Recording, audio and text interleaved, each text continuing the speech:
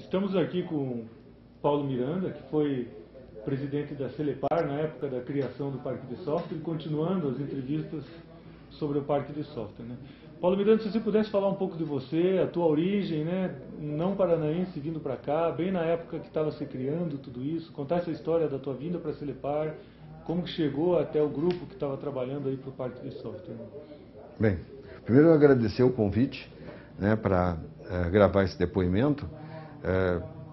Eu sempre tenho muito prazer de falar sobre isso, porque foi uma experiência pessoalmente muito agradável, muito rica, né? Eu já trabalhava há alguns anos na área de informática no setor público no Rio Grande do Sul, quando eu fui convidado para presidir a Celepar aqui no Paraná. Eu vim para cá em 91 e já existia aqui um movimento muito forte, né, de mobilização dos diversos setores para transformar Curitiba e o Paraná num centro importante, né, de desenvolvimento de tecnologia da informação. Eu, como presidente da Celepar, tive aí a chance, né, de me engajar nesse movimento, de ser muito bem recebido pelas pessoas que já discutiam essas ideias e de ter a oportunidade de alguma forma, contribuir, né, trazendo a Celepar, a sua estrutura, a sua capacidade, né, até de mobilizar recursos para apoiar esse movimento, né, e contando aí com o apoio do governo do Estado, né, para esse movimento que já mobilizava na época a prefeitura, através da cidade industrial, né, da coordenação da cidade industrial, com a Maria Elisa, mobilizava universidades, né, o Ramiro tinha uma liderança forte já nesse trabalho, e várias lideranças do setor privado, né. Naquele momento a Polo de Software, né, já tinha sido criada, Curitiba já era uma ideia de juntar os esforços, né, do setor, e se iniciou ali a discussão para a criação de uma entidade que fosse tripartite, que reunisse a universidade, a academia, né, reunisse o setor privado e o governo para criar o núcleo desse centro, né, de desenvolvimento de tecnologia com base em Curitiba e que pudesse se irradiar para todo o Paraná. O CITES foi criado em 92 e a partir daí, já na criação do CITES, se discutia esse modelo de existir um parque de software em Curitiba que pudesse atrair empresas e apoiar a criação de empresas paranaenses e que o seu conjunto, né, criasse um volume de negócios e de desenvolvimento tecnológico e colocasse Curitiba e o Paraná no mapa mundial do negócio de software, né? Então, outras iniciativas se somaram a isso, né? Nós trouxemos para o Paraná o subcomitê de software da ABNT. Era o único subcomitê fora do eixo Rio-São Paulo, foi uma iniciativa do Kival Weber na época, né, que nós apoiamos na Celepar e nós abrigamos na Celepar o subcomitê de software por muitos anos e graças a isso, né, o Brasil tem uma posição hoje ainda de liderança, assim, de protagonismo na normalização de software, né, tanto no Brasil, mas no nível internacional, né, o Brasil é bem respeitado, a gente tem o Danilo Scalé e outras pessoas que são muito respeitadas hoje até internacionalmente, assim, por sua atuação na normalização de software. Então, esse ambiente era um ambiente muito rico, pessoas de diversas áreas, com visões até diferentes, mas todas envolvidas num esforço de criação, né, deste núcleo e deste grupo de empresas, né, que pudessem alavancar o negócio de software no Paraná. A prefeitura teve um papel decisivo naquela época porque a legislação específica que criou incentivos para a instalação de empresas aqui, né, favoreceu muito, né, a implantação e depois a consolidação do parque de software, né, e aí a coordenação da cidade industrial, a Maria Elisa e sua equipe tiveram um papel muito importante nisso. Você tem lembrança dos primeiros momentos assim do Parque de Software, primeiras reuniões, como é que foram, e até mesmo os primeiros momentos de criação dos CITES, em trabalhos iniciais do CITES? Sim. Lembra dessa época? Sim. O Parque de Software, ele até se materializar nessa área aqui, levou algum tempo. No início até era uma outra área, né, um outro terreno aqui na cidade industrial que era previsto para o parque. Aí havia problemas, se eu não me engano, de invasões nessa área, coisa assim, que inviabilizaram a criação do parque. Aí foi definida essa área. Nas primeiras vezes que nós viemos aqui não havia nada, né? Era mato e campo, assim. E foi uma coisa muito bonita, assim, quando se delineou o loteamento, né? O arruamento com a demarcação das áreas, tal. Me lembro que houve um entusiasmo muito grande, assim, de todas as pessoas envolvidas, né? Nessa época, o CITES já desenvolvia uma série de projetos, assim, uma série de trabalhos. O foco inicial do CITES era apoiar a criação de empresas, né, e apoiar a melhoria da qualidade dos processos nas empresas daqui de Curitiba, né? O CITES liderou, quer dizer, foi o primeiro núcleo do programa Softex no Brasil, né? Quando foi criado o programa para exportação de software, o primeiro núcleo regional foi o CITES aqui no Paraná. Os primeiros projetos de busca da certificação ISO 9000 na área de software no Brasil foram aqui no Paraná também, né? E que mostrou que era viável fazer isso não só com grandes empresas, mas empresas pequenas, né? Daqui de Curitiba conquistaram a certificação ISO 9000 e algumas eu acredito que mantêm até hoje. Então, sempre esse foco na melhoria da qualidade, na diferenciação, né, das empresas daqui do Paraná, era assim o foco principal do CITES. Inicialmente ele operou numa casa antiga, próximo do centro da cidade. Depois, já ali no 94, eu acho, o CITES ficou um período abrigado dentro da Celepar, até por problemas o CITES não tinha muito recurso, ele precisava ter um apoio, a Celepar dispunha de área para isso. Nós abrigamos o CITES na Celepar um tempo, e depois o Tecpar abrigou o CITES aí por alguns anos, assim, acho que o CITES ficou uns 3 ou 4 anos até vir para esse local, né, que era quando foi materializado o parque de software, né, com esse prédio central do parque, o CITES se instalou aqui, né, e depois mudou para o prédio ao lado. Então o CITES tem a sua história muito ligada, assim, à criação do parque, né, e a viabilização e consolidação do parque de software nesses anos todos. Paulo, falando um pouco da tua época como presidente da Celepar, o papel do governo ou mesmo um órgão do governo, né, como a Celepar, em iniciativas como essa, né, da criação de uma região para uma cidade, para um estado, que há 15 anos atrás foi muito pioneiro isso, né? Se você pudesse comentar como que você via isso na tua época, quando você era presidente, se existem diferenças hoje ou não, se você puder comentar a importância, né, dessa participação do governo e de órgãos do governo. Isso era importante naquela época, continua importante hoje, né? Na verdade, poucos são os governos que têm essa visão de que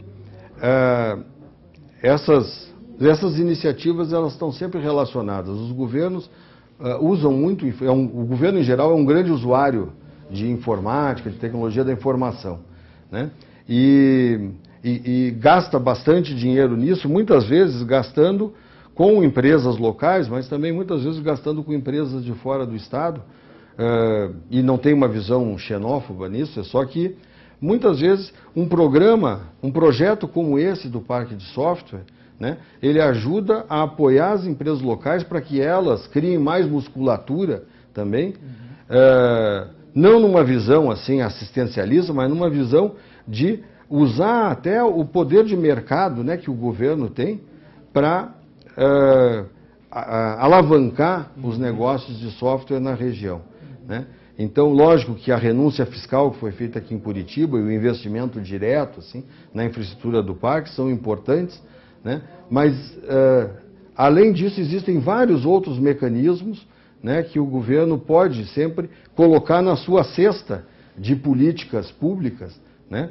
Porque a alavancagem de um núcleo como é o Parque de Software de Curitiba, ele traz outros benefícios, além do aumento da receita local, da geração de melhores empregos, porque são empregos melhor remunerados, da fixação dessa mão de obra melhor qualificada no Estado, porque o Estado investe nos cursos de nível superior, investe na formação dessa mão de obra, e muitas vezes ela vai toda embora do Estado, né? Se não existe um local que absorva, como aqui o Parque de Software, que absorve hoje, né, mais de 1.000 empregos, né, ou mais de 1.000 pessoas, e empregos bastante qualificados. Essa mão de obra iria embora do Estado do Paraná, né? O Estado do Paraná hoje é um importador de mão de obra qualificada nessa área. Né? Então esse é um papel do Estado, e eu digo que ele continua atual porque são poucos os governos que enxergam realmente isso.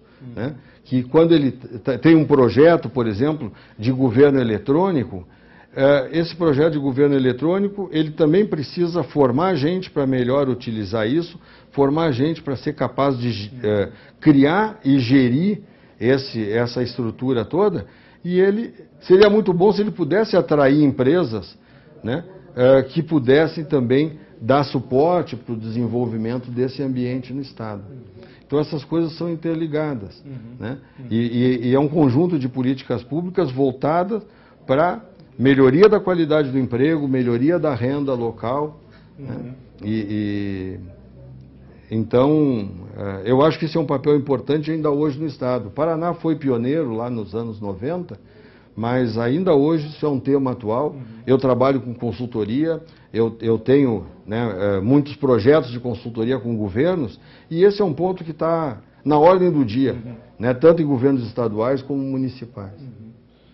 Deixa eu resgatar um pouco a questão da época de angariar empresas para o Parque de Software. Eu tenho até uma lembrança, né, de ver vocês trabalhando, indo atrás de empresas e instituições para começarem a popular o Parque de Software. Em alguns casos, empresas já estabelecidas, já existentes, para vir para cá. Em outros casos, empresas startups, né? Você até comentou sobre cursos que o CITES também promovia sobre isso. Se você puder comentar sobre isso, né? Esse trabalho de trazer empresas e pessoas para cá e esses cursos aí do CITES. Né? Ali nos anos 90, o Parque de Software ainda era um sonho, né? Como eu disse, tinha essa área, o CITES já estava instalado aqui depois, mas as empresas ainda não tinham conseguido vir para cá. As empresas eram pequenas, elas tinham pouca capacidade de investir, de construir, etc. Né? Então, o grande sonho das pessoas envolvidas com o Parque de Software era trazer, materializar, né, as empresas aqui no parque. Trazer empresas para cá, que elas construíssem os seus prédios, se instalassem aqui. E uma visão que todos tinham desse quadro é que isso só se viabilizaria se as empresas se profissionalizassem bastante. Né? Então, eu comentei um pouco antes isso, que o CITES investia bastante naqueles programas de qualidade, né? O Paraná foi pioneiro nisso para a área de software, mas também havia um investimento forte na capacitação das empresas para a gestão profissional. Assim, né? Então o CITES criou várias turmas de cursos de elaboração de planos de negócio, por exemplo, né? Para ajudar aqueles jovens empresários lá a pensar no seu negócio, a pensar estrategicamente, a estruturar o negócio, ter metas definidas, conseguir estruturar bem um planejamento financeiro, né, que sustentasse aquele negócio. Então, não só aquela ideia de que eu tenho uma ideia brilhante, vou escrever um software e está feito, né, mas a conscientização para a necessidade de uma gestão profissional orientada para negócio.